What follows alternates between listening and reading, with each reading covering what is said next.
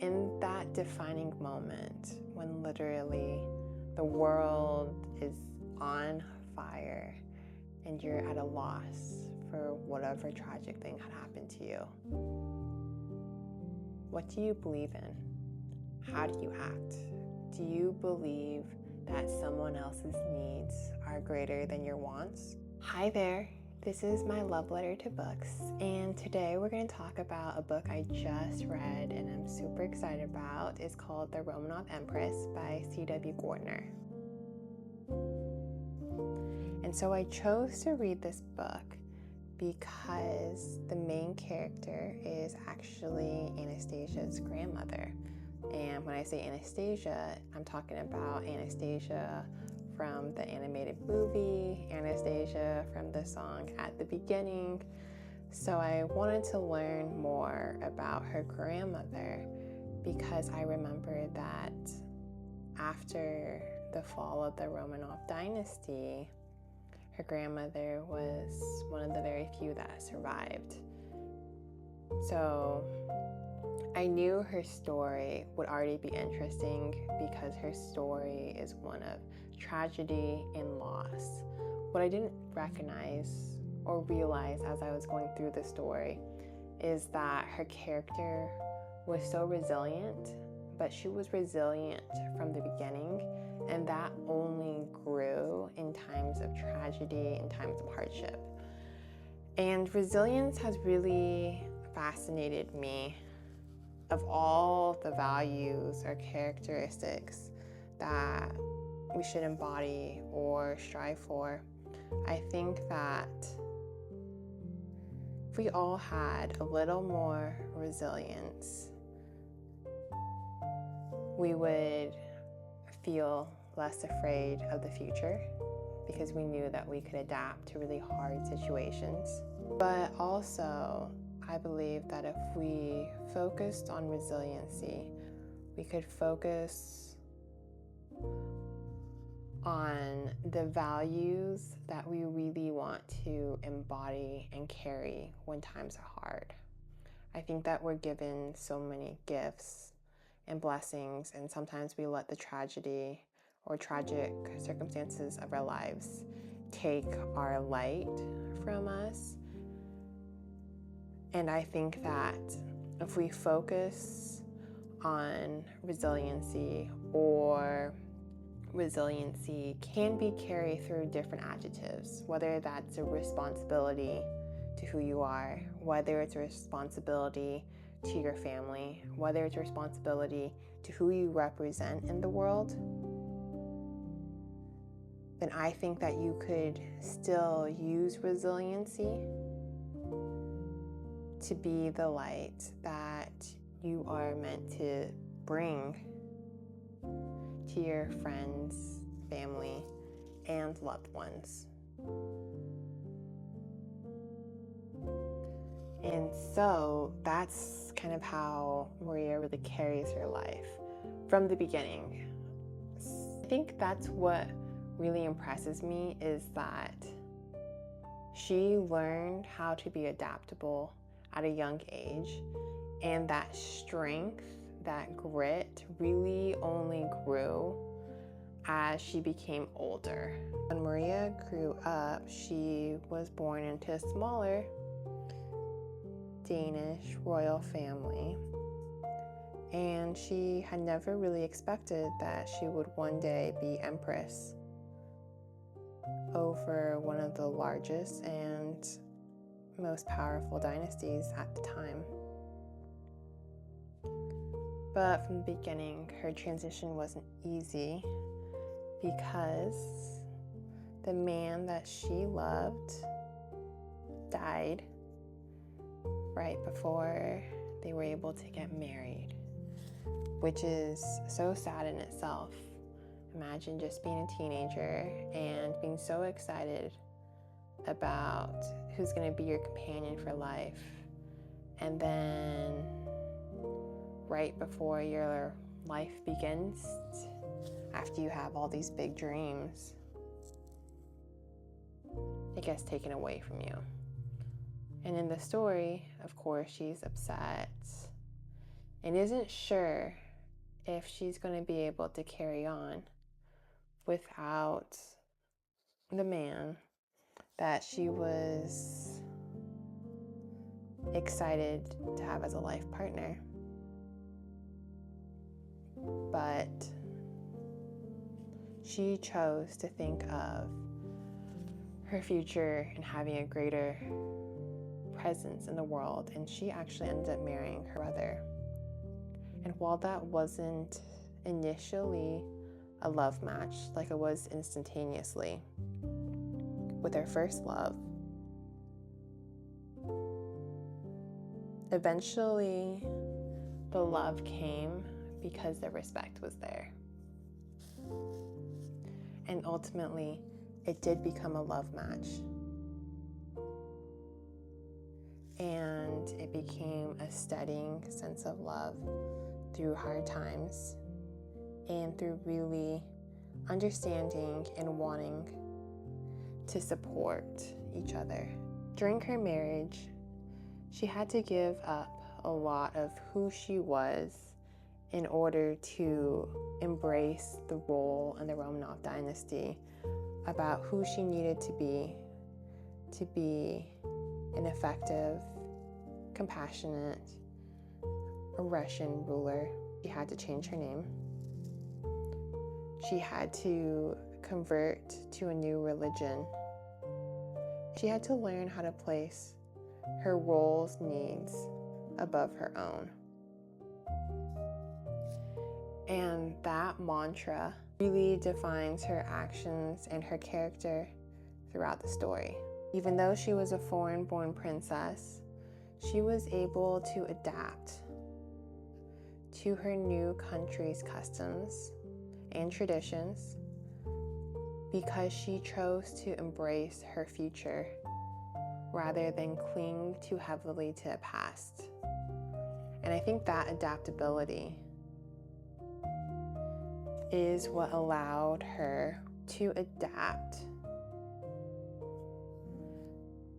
to the life's tragedies that would befall upon her future.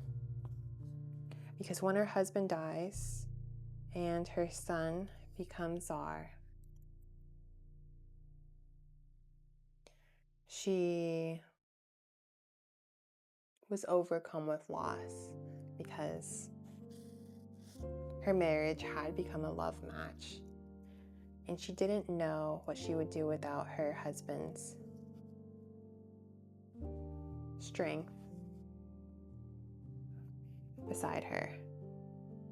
Other empresses or royalty, or even non-royalty, have clung to mourning when time was hard, and they never came out of it. She could have secluded herself, ran away to a castle, and lived the rest of her days out thinking about the life she had with her husband and closing her eyes to the future, letting herself be so overwhelmed with grief that she forgot to live. But that's not the case. She stepped up right away because she knew that her son wasn't prepared for all the responsibilities that being Tsar required.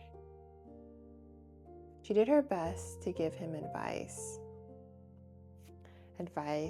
that unfortunately he chose not to take, because he chose to put his wife's wishes over what was best for the empire. And ultimately, those choices and that attitude was what led to the downfall of the Russian Empire and for the entire destruction of his entire family. But despite losing her son, her grandchildren, her home, her title, her money, her fortune, with the fall of the Romanov dynasty during the Russian Revolution, Maria chose to focus her life on preserving the Romanov legacy. She still carried herself with grace, even when she was penniless. And she still championed who her family was in the world, even though most of the family had been killed and destroyed during the Russian Revolution. I think that's what makes her story or a person so remarkable, is what type of person they are when things go bad. What characteristics or values do they embody? And in that defining moment, when literally the world is on fire and you're at a loss for whatever tragic thing had happened to you, what do you believe in? How do you act? Do you believe that someone else's needs are greater than your wants? Can you show that? Can you be the person that someone else needs, even if you want to hide away and bury yourself in a hole? And we all make choices that define who we are. I think those are the lessons that we can learn from looking at historical fiction from a first eye perspective, and also to think through who we not only want to be to ourselves, but to others when things get bad. Because I think it's not only about leaving our mark in the world, but it's also defining the person that we want to be and the values that we want to bring. I believe that how we act when times are really bad shows us what's most important. And in Maria's case, it was her role as an empress, it was Russia, it was her family, and making those more important than her own wants defined her actions. And if someone dives into their grief when something goes bad, when someone dives into the blame about how their feelings were hurt, then that shows you a person who is choosing themselves when they could choose to be better for more people. I think that is a weakness, but it also should show you the people who could rise to the occasion versus the people that could fall. And even if it might feel better momentarily to lie down on the dirt and just sulk for a second, I think it's important, necessary to get back up again and to start fighting. Not necessarily just for the cliche of getting back up after you fall 9 times, but I believe it's only through taking that first step and getting up again that one day you could win at something. And it means everything to be the type of person who chooses to do the hard thing and to try again.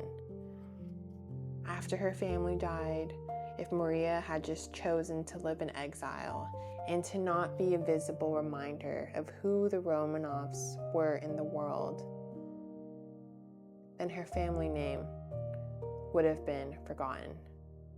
It probably wasn't easy for her to speak to royals who still had their kingdoms, who were still wealthy and rich, coming to them as almost a beggar, as someone who was once one of the most wealthiest and most powerful of people in the world. But she did it anyways. She did it because her family name meant something to her. She chose to carry herself with grace. She chose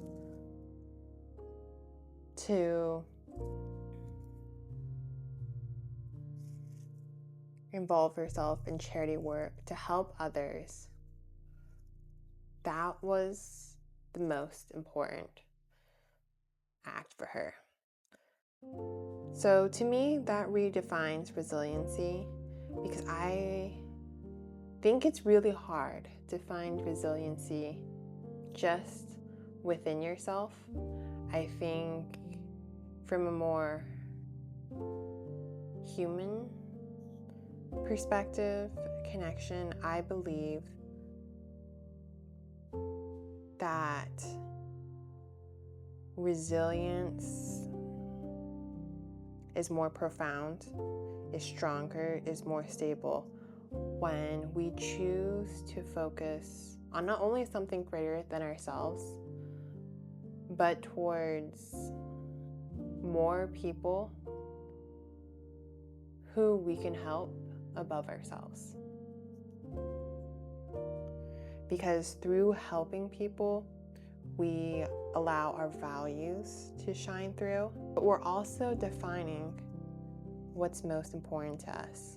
So I hope you have a wonderful rest of the week. I hope that you pick up a book that will inspire you to think about what kind of legacy or message that you want to bring into the world. Maybe you'll pick up the Romanov Empress because you want to hear of a story of resilience, or maybe you'll find something else that interests you and reminds you of who you are.